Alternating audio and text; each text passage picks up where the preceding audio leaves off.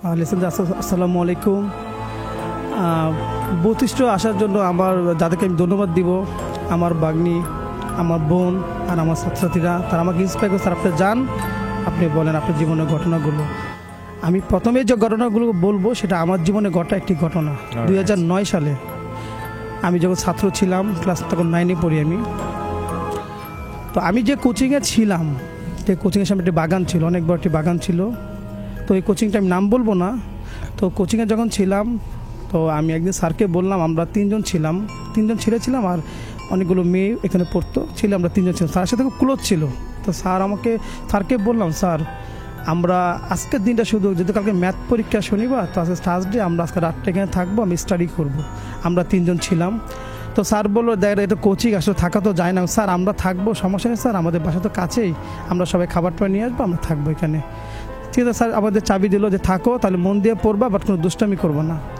তো আমি ছোটোকাল থেকে পড়াশোনা খুব ব্যস্ত ছিলাম, অনেক পড়াশোনা করতাম।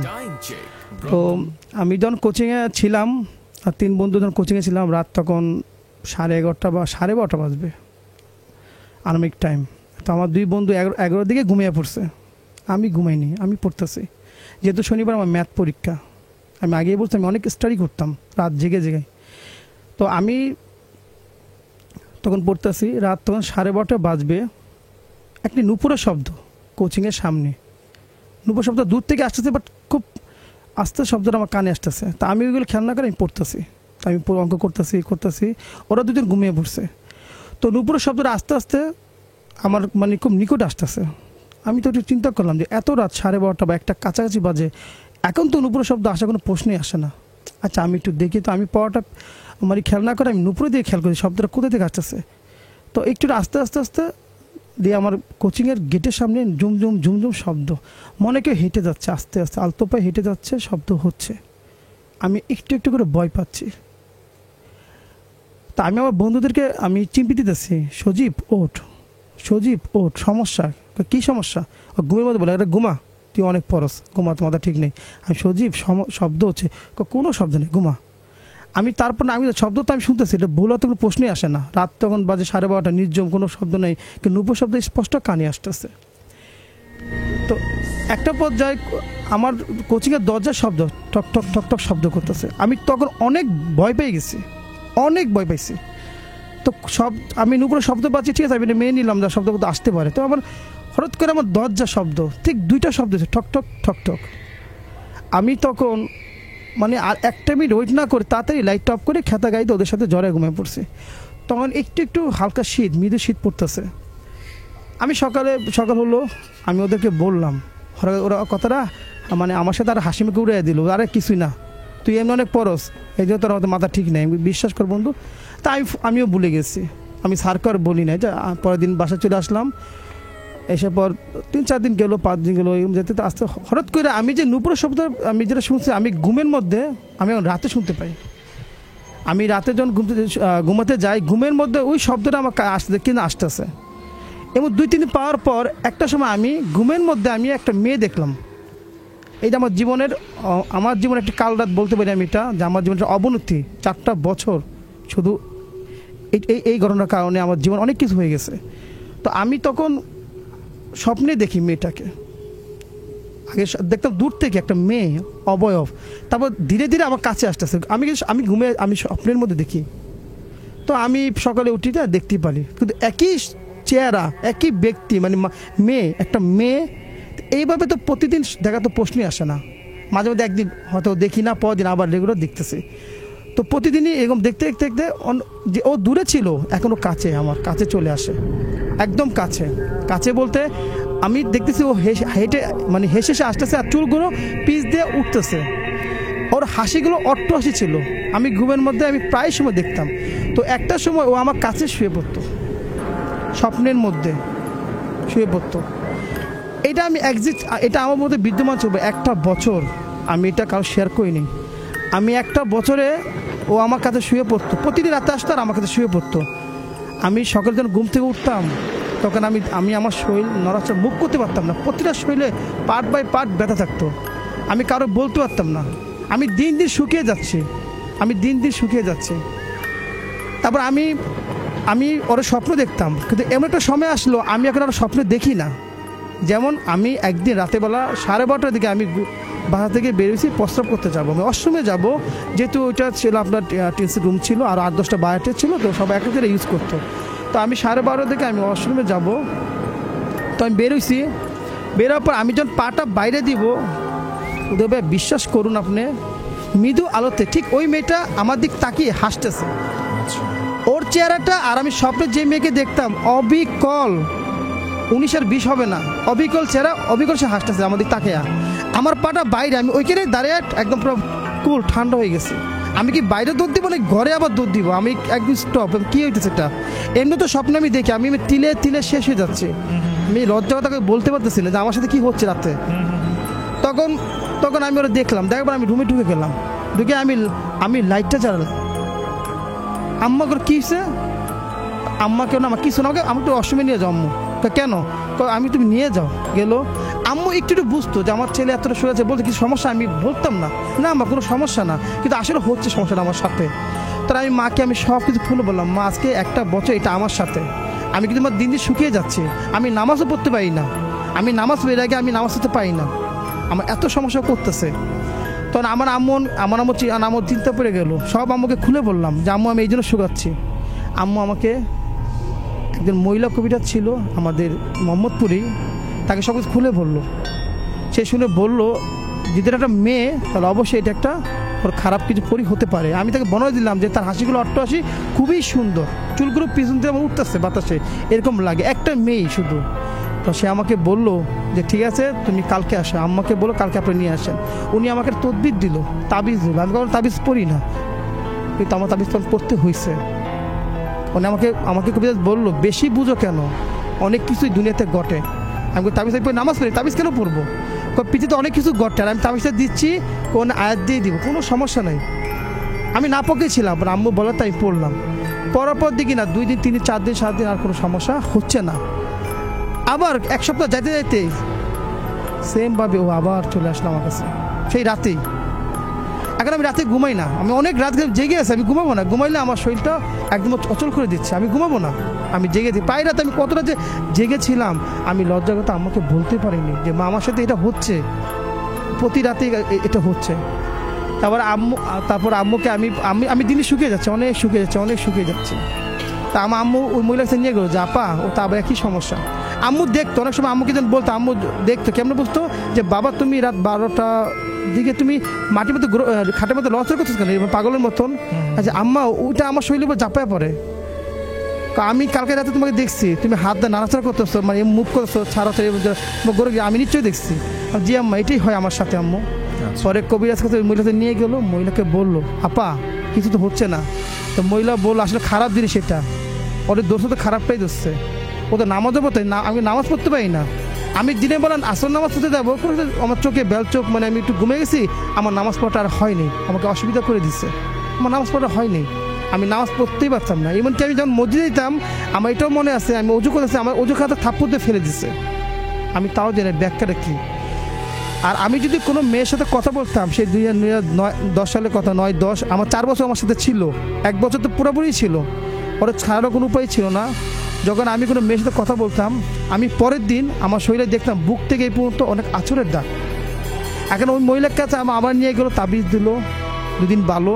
একদিন রাত 1টার দিকে আমি মামার বাড়ি গেছি, আমি আমার বোন মামার বাড়ি যাচ্ছে, আদাবর মামার বাড়ি গেছি, আস্তে আস্তে 1টা বাজছে।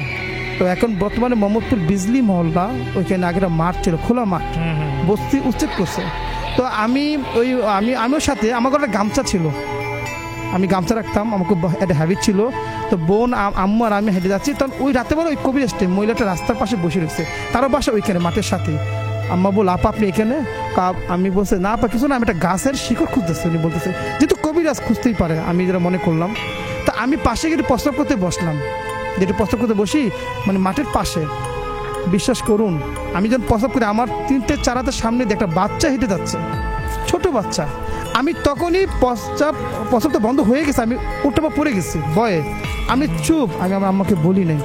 আমি দৌড়ে এসে আম্মার সামনে দাঁড়ায় আছি, আম্মা যে বাসা যাবো না, এই যে তোমার আপার সাথে তোমার খালার সাথে কথা বলতেছি, যাচ্ছি।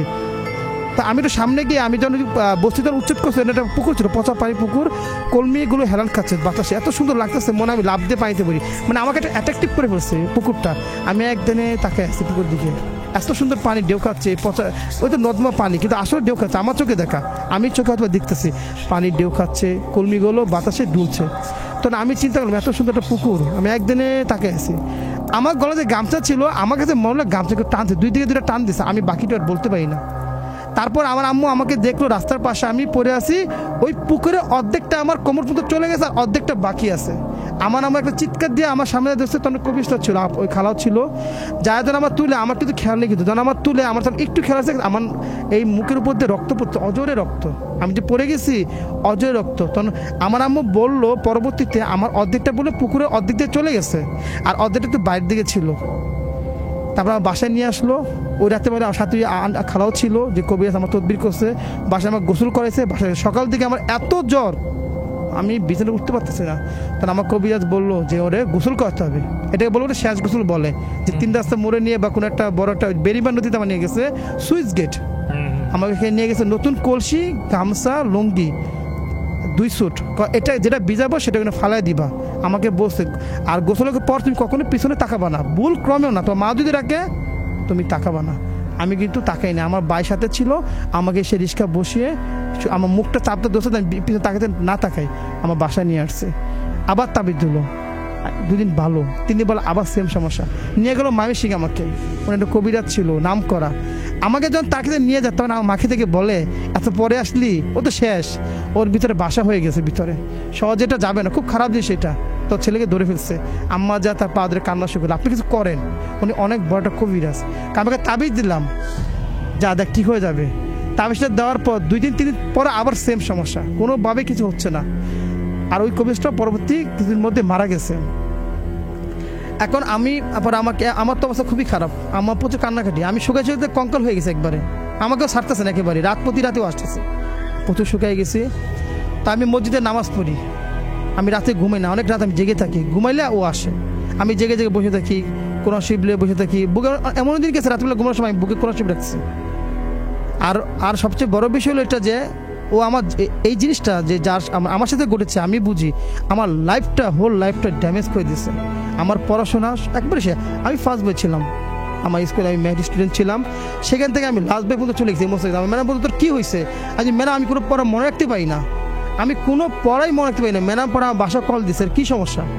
ম্যাডাম বলো তুই এত ভালো স্টুডেন্ট, তুই দিন তুই অধবত নয়। ম্যাডাম আমি কিছু মনে রাখতে পারি না, কোনো কিছু না, পড়া পড়ছে আমি ভুলে যাচ্ছি।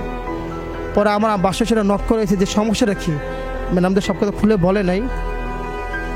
তারপর আমাকে আম্মা খুব দুশ্চিন্তা পড়ে গেছে। তখন আমি একদিন 2-3 বছর এরকম জীবনটা এমনি গেলো আমার দুর্বিষয়। আমি কোনো মেয়ের সাথে কথা বলতে পারি না, কথা বলে হয়তো বা রাতে সকালে আমি উঠতে পারি না, তো আমি অসুস্থ হয়ে পড়ছি একবারে। আম্মা আমাকে নিয়ে খুব কান্নাকাটি, প্রচুর কান্নাকাটি হতেছে, কী করবো, কই যাবো আর? আমি তো দেখতেছি ওরে, বাস্তবে দেখি, স্বপ্নও দেখি, শুধু হাসে আমাদের তাকে দেখে। তো আমি যখন মসজিদ নামাজ পড়তে যাই, আমাদের এখানে মসজিদ ইমাম সব ছিল, উনি এখন দুনিয়াতে নেই। তো আমাকে দেখে সে ইচ্ছা ডাক দিল, কে দিকায় সালাম দিলাম, যে তোর আম্মাকে নিয়ে কালকে আমার সাথে দেখা করতে বলিস। আমি বললাম কেন হুজুর? তুই দেখা করতে বলিস, কালকে আসরের সময় আমি নামাজ পড়ে আমি বের হবো বাইরে, তোর আম্মাকে নিয়ে তুই দাঁড়িয়ে থাকবি। পরে উনি আসলো, পরে আমার আম্মাকে বলে আপনার ছেলে, হ্যাঁ, কত পোজেস, ও তো পোজেস, একেবারে ওরা আমি দেখেই বুঝে পোজেস।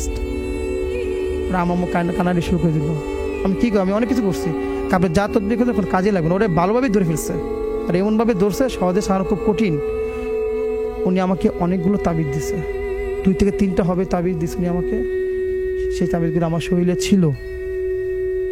একদিন আমি এখন ভালো সুস্থ, 2 মাস 2.5 মাস যাতে আমি সুস্থ হয়ে গেছি একবারে।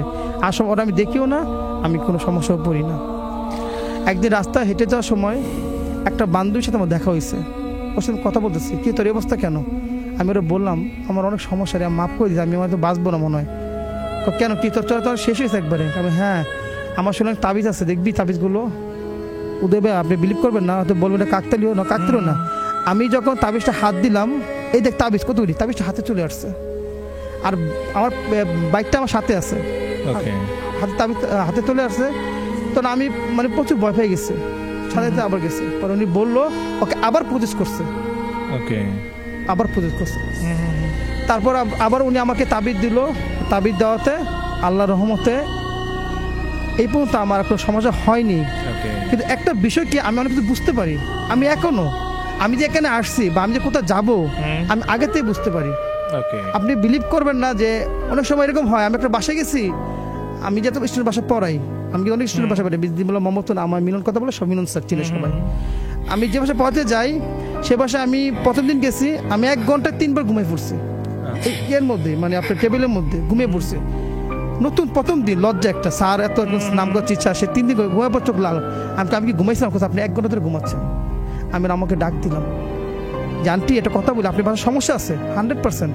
না, আমি এবার ঘুম আসবে না, আমি কোথাও গেলে সমস্যা আমি বুঝতে পারি। উনি বলে হ্যাঁ এই বাসা সমস্যা আছে। অনেক জায়গায় আমি অনেক জায়গায় যাই, আমি বলে দিই যে সমস্যা আছে, এই সমস্যা। আমি জানি কেমন আমি বলি, বাট আমার 6 এর কাজগুলো করে। আমি একা রুমে কখনো ঘুমাইতে পারি না। আমার বয়স 25 চলতেছে এখন, আমি কখনো একা রুমে ঘুমাই না। আমি শুধু একদিন একা ঘুমাইছিলাম 2016 সালে, 9, 10, 11, 12 মনে আমার এটা ওভারকাম হয়ে গেছে। মোটামুটি একা ঘুমাইছিলাম, একা রুমে। ঘুমানোর পর এই একটাই ঘটনা করছিলাম আমার সাথে, আমার পাটা আঙ্গুলটা, বুড়ো আঙ্গুলটা ধরে আমি আলগাইতেছে। আমি কিন্তু বাসের মধ্যে মুখটা দিয়ে আমি বয়া তাকাই না, কে আলগাইতেছে, আমি ও আলগা, আমি তাকাবো না। পুরো রুম কিন্তু একা। আমি আমার ঘরে লাইটও জ্বালানো, আমি একা ঘুমাইছি খালি। তখন মনে করে আলগাইছে পাটা, আলগা রাখছে। আমি লাই আনতে সুবানা আনতে কোনো জল মিন, আমার আমাদের আরবি শিক্ষক, আমিও আরবি পারি, অনেক কিছু জানি। এটা বলছে লগলে ছাড়া দিল। এখন পর্যন্ত আমি এত বয়স, আমার সাথে ঘুমাই। ওই হুজুর বলে গেছে যে যতদিন আছে মোটামুটি তুই ওর উপরে হাত রাখবি বুকে। মা যদি সন্তানের বুকে হাত রাখে কোনো কিছু বলে আচর করতে পারে না। এটা আমার আম্মা বলে, উনিও বলেছে যে মা এলো সব আমার বুকে হাত রাখছে। আল্লাহর রহমতে দীর্ঘ 3-4 বছর আমি সমস্যাটা হচ্ছে।